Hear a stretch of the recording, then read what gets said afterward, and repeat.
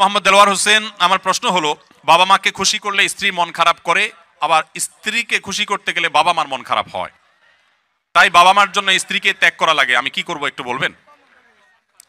ভাই, এই প্রশ্নের উত্তর গত বছর আমি দিয়েছি, সব সময় আমি দেই আপনাদেরকে। যারা এখানে বিবাহিত আছেন, বিদেশে আছেন, আপনারা যে কি পরিমাণ প্যারায় আছেন এটা দেশের অন্য কোনো মানুষ না বুঝলেও আমি খুব ভালো করে বুঝি। আমাদের আজহারিবে খুব ভালো করে বুঝবেন, কারণ আমরা দুজনই, উনি এখনো প্রবাসে আছেন আর আমি 10 বছর সৌদি আরবে প্রবাস জীবন কাটিয়ে আসছি। ভাইরা আমার, এর উত্তর খুবই সহজে আমি দিচ্ছি।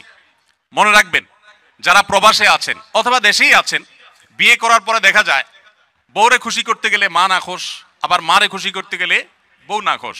আপনাদের এই পরিস্থিতি থেকে বের হওয়ার জন্য কিছুটা ডিপ্লোম্যাটিক আচরণ করতে হবে, কূটনৈতিক আচরণ করতে হবে।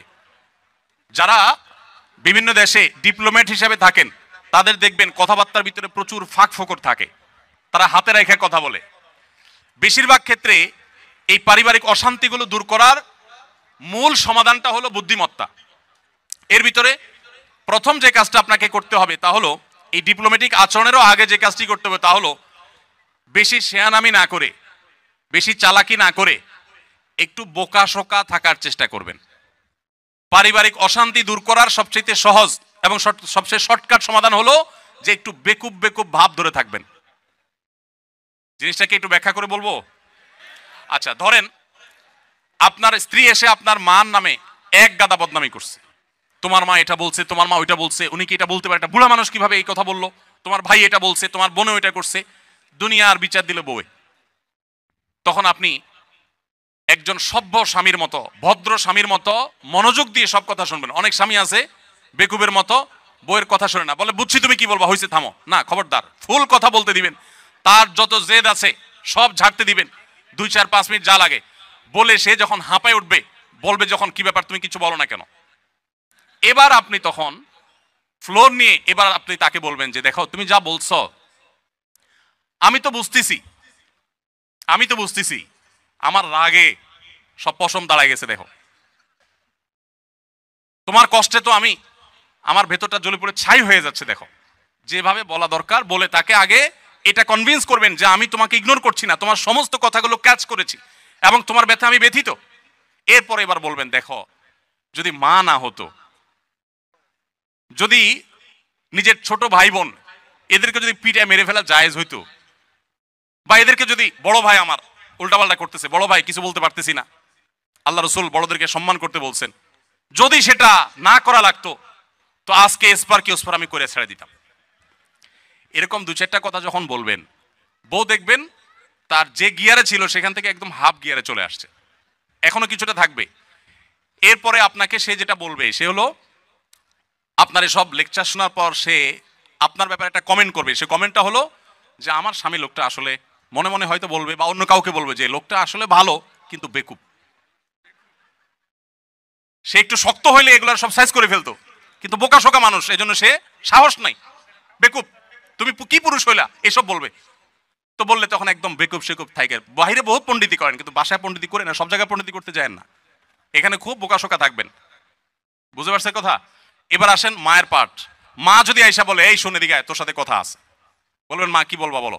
এবার মাকে যদি বলেন যে বাবা তোর বউ এই এই বলছে, এই এই করছে, সে কি এটা করতে পারে, কত বড় সাহস, তোর গলায় ধরে দিয়ে মরা উচিত। মা যদি এসব কথা বলে, মাকে একইভাবে বলবেন, মা আল্লাহ নবী সাল্লাল্লাহু আলাইহি সাল্লাম কোনোদিন স্ত্রীদের গায়ে হাত তোলেন নাই। ইসলামে যদি বউ পিটানোর নির্দেশ থাকতো তো আজকে ঠ্যাং উপরের দিক বাইন্দা আমি পিটাইতাম। আমার হাতটা শুধু বাইন্দা রাখছে ইসলাম। আল্লাহ রসুল কোনোদিন স্ত্রীদের গায়ে হাত তোলেন নাই। না হলে মা এত বড় সাহস, এরকম কথা সে বলতে পারে। যা কি বলছে না বলছে সেটা পরে, আপনি বিচার বিশ্লেষণ না করতে গিয়ে উপস্থিত ওই জায়গাতে সামাল দেওয়ার চেষ্টা করবেন। কথা কি বুঝতে পারছেন? আপনার এই আচরণ শোনার পর আপনার মা কি বলবে জানেন? মাও ঠিক ওই বউয়ের মতোই বলবে, আমার ছেলেটা আসলেই মানুষ ভালো, সমস্যা হলো আমার পোলাটা না বোকা, একদম বেকুব। এই জন্য সেই তো বউয়ের কাছেও বেকুব থাকলেন, মায়ের কাছেও, কিন্তু আপনাকে কেউ দোষী সাব্যস্ত করবে না। আর যদি পণ্ডিতি করে বউরে বলতে চান ঠিক আছে আমি দেখতেছি, থামো তুমি, মা কিভাবে এসব কথা বলে, এরপর যাবে মা কই আসো তুমি, এদিকে আসো, এবার বসে মার সাথে আলাপ শুরু করলেন, ওখানে বাঁধবে একটা ইউক্রেন রাশিয়া যুদ্ধ, বিশাল কাণ্ড হয়ে যাবে। ওই কাণ্ড করার পর বউয়ের কাছে আইসা যদি মনে করেন যে বউয়ের জন্য মার সাথে ঝগড়া করছি, বউ মনে হয় খুশি হবে, জীবনও খুশি হবে না, জীবনও খুশি হবে না। যতই করেন বউরে খুশি করতে পারবেন না, কোন একটা প্যাঁচ বাঁধবেই এবং কোন একটা ফাঁক বের করবে। আর মা তো নাখোশ হইছেই। আবার মায়ের হয়ে যদি বলেন এই তুমি কত বড় সাহস, আমার বোনরে কি করলা, ভাইরে কি করলা, মারে কি করলা, দেখবেন আরেক যুদ্ধ পাচ্ছে। এই জন্য এগুলোর খুব বেশি পণ্ডিতি না করে যথাসম্ভব একটু কূটনৈতিক আচরণ করে, একটু চালাকি করে, একটু বোকা সেজে সমাধান করার চেষ্টা করবেন। আবার সব সময় এই পলিসি অবলম্বন করবেন না। এখন মুশকিল হলো শিখাই দিলে মহিলারাও এগুলো শুনে ওয়াজ, তারাও শিখা যায়। এবার মহিলারা ঘরে গেলে বলে যে না এই পলিসি তো আগে থেকে জানা, তুমি বোকা সাজতেছ।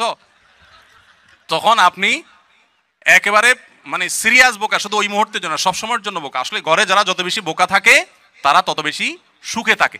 বোকাদের সাংসারিক জীবনে তারা সুখে থাকে, আর শেয়ানা পাবলিকগুলো সব দৌড়ের উপরে থাকে। এই জন্য বাহিরে ব্যবসা বাণিজ্যের দোষায় শেয়ানামি করেন, পাকনামি করেন, কিন্তু ঘরে বেশি পাকনামি করতে আইসেন না। এটা মুরব্বী মানার চেষ্টা করেন। তবে হ্যাঁ, কিছু কিছু ক্ষেত্রে আপনাকে তো স্ট্রংও হতে হবে। আমি এই কথা বলছি এর মানে এই না যে আপনার স্ত্রীর প্রতি আপনার মা বোন জুলুম করবে আর আপনি সবসময় শুধু নাটক করে যাবেন না। তাদেরকেও বিনয়ের সাথে তাদের অন্যায় থেকে আগে বিচার বিশ্লেষণ করবেন, তারা অন্যায় করছে কিনা, বাধা দিবেন। আবার স্ত্রী যদি ভুল করে তাকেও অন্যায়ের থেকে বাধা দিবেন। প্রয়োজনে আপনি ইসলামী শরিয়ার নীতিমালা আলোকে শাসনও করবেন, কিন্তু মূল পলিসি হবে ওই যে বেকুব ভান বা বেকুব আপনার নিজেকে হিসাবে উপস্থাপন করার চেষ্টা করবেন। এটা অনেক সহজ একটা উপায়। তাবিজ পড়া শিরক, কিন্তু কোনো সমস্যার কারণে তাবিজ পড়ে সমাধান যদি হয়, তাবিজ ফেলে দিলে যদি সমস্যা হয়, তাহলে আমি কি করব? দেখুন, তাবিজের ব্যবহার সম্পর্কে আমরা বলেছি। তাবিজের মধ্যে যদি শিরকি কোনো কিছু থাকে, সেটা শিরক হওয়ার ব্যাপারে কারোর কোনো দ্বিমত নেই।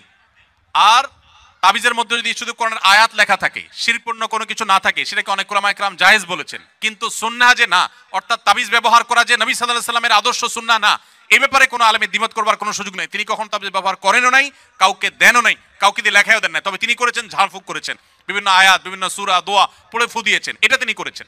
তো এই ব্যাপারে কোনো সন্দেহ নেই। এবার আসুন, আপনি তাবিজ ব্যবহার করার পর আপনার সুস্থ থাকেন ধরা যাক, আবার খুলে ফেললে আপনি অসুস্থ হয়ে যান, তাহলে আপনি কি করবেন? উত্তর হলো, আপনি সুস্থ থাকেন বা অসুস্থ হন, তাবিজে কাজ করুক বা না করুক, যেটা সুন্নাহ না সেটা আপনি করবেন না। অনেকে আছেন অনেক শিরকি কাজ করেন, শিরকি কাজ করলে তিনি ভালো থাকেন, আবার শিরকি কাজ না করলে তিনি অসুস্থ হয়ে যান। তাদেরকে আমরা বলতে চাই, আপনার সুস্থ অসুস্থতার সাথে বিষয়টা সম্পৃক্ত না, এটা ইমানের বিষয়। শয়তান অনেক সময় আমাদের উপর অনেক প্রভাব বিস্তার করে আমাদের ইমান নষ্ট করার চেষ্টা করে। আপনার বরং এই সমস্ত ক্ষেত্রে ছুড়ে ফেলে দিয়ে আল্লাহর প্রতি ইমান আনতে হবে। আপনার ক্ষতি হোক কষ্ট হোক সেটাকে মেনে নিতে হবে, এটা আপনার ইমানের টেস্ট। অতএব এক্ষেত্রে কোনোভাবেই বিফল হওয়া যাবে না।